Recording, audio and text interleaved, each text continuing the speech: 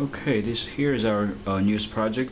It's a Tamiya body, Porsche 997, GT3, and a few of the upgrades that we have installed so far. The Brembo brakes in the front, as well as in the back.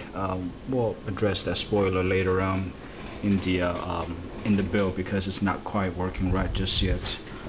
We have the mesh grille. Here you can see intake. Actually, that's ready to cool up the radiator, but that's a different story. Here's pretty much, as far as the body goes. On the back, we install our twin tip exhaust. Let me show you here the secondary exhaust that we have.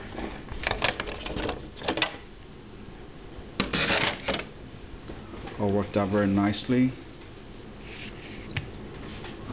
The exhaust cooler, as you can see underneath, and we have the 3 out of 4 pieces of the anti-lift kit installed as well. We're still working on the rear one because of the new exhaust configuration, so we need to figure out a way to make sure that's working nicely with the working correctly with the exhaust. So that's still in the works.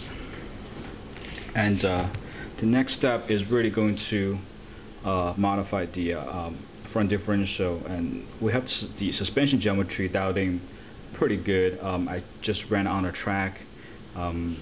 It's decent for what it is. This this is RS4 and not a Serpent by any means. And front suspension is dialed in pretty nicely. The shocks is a little bit too stiff for what we wanted it to be. The rear is actually dialed in quite nicely, so has a lot of give. So we'll go ahead and adjust the front later on. But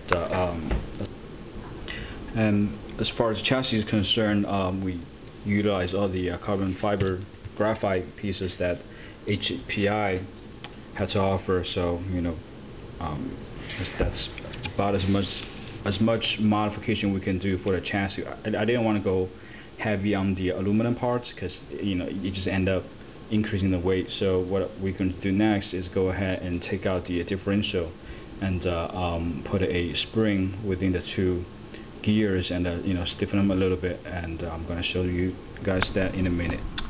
What we have here is a 15mm coil spring.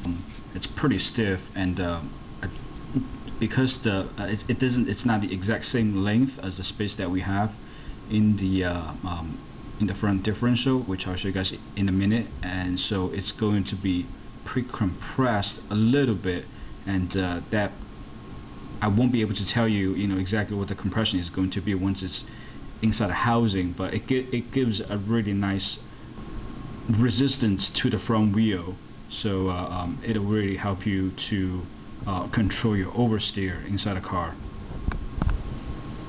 Okay, just put the diff out. You can see this essentially is a open diff. It'll spin freely in the opposite direction. And now we're going to open them up. So what we're going to do next is actually place the spring in between these 2 gears here.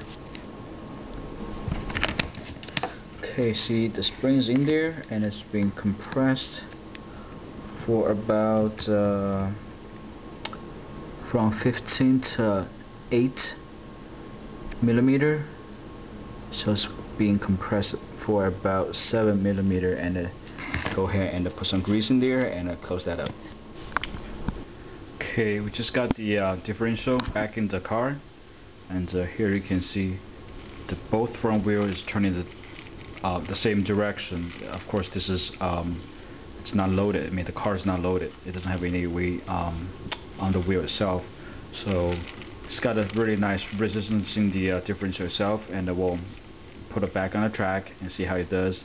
And if anything, we might go ahead and upgrade the rear differential as well.